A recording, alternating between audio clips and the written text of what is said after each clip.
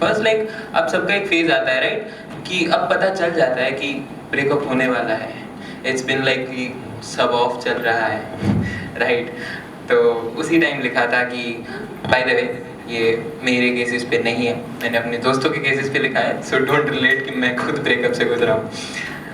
उनसे नजरें चुराने के दिन आ रहे हैं, उनकी बातों को अनसुनी करने के दिन आ रहे हैं, और नसीब के सहारे दिन बहुत है गुजारे, नसीब के सहारे दिन बहुत है गुजारे, अब मेहनत करने के दिन आ रहे हैं, उनसे दूर होने के दिन आ रहे हैं।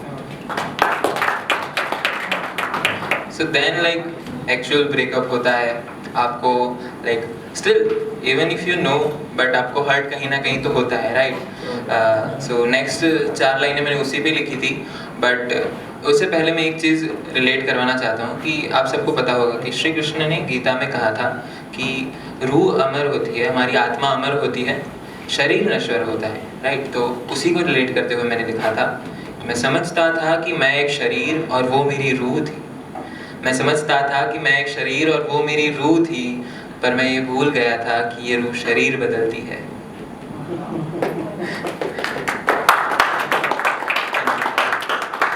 Thank you.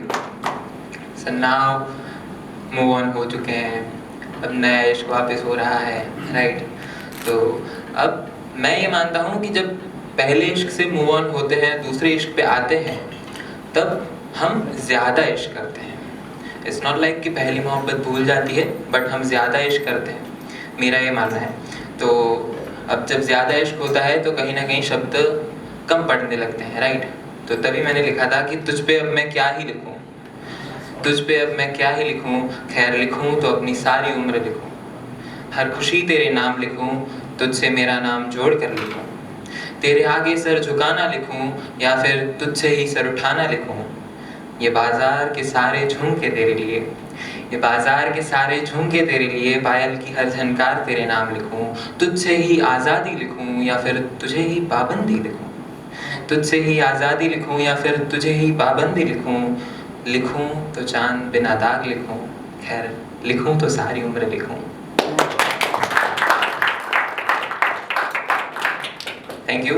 And the last one from my side, ये जस्ट कल दोपहर में ऑफिस में काम करते करते याद आ गई राइट। तो लेट्स सी कि मुझे अभी भी वही एक सवाल मन में आता रहता है कि वो हर मुलाकात के बाद उसको गले लगाना इतना पसंद क्यों है, वो हर मुलाकात के बाद उससे गले लगना इतना पसंद क्यों है।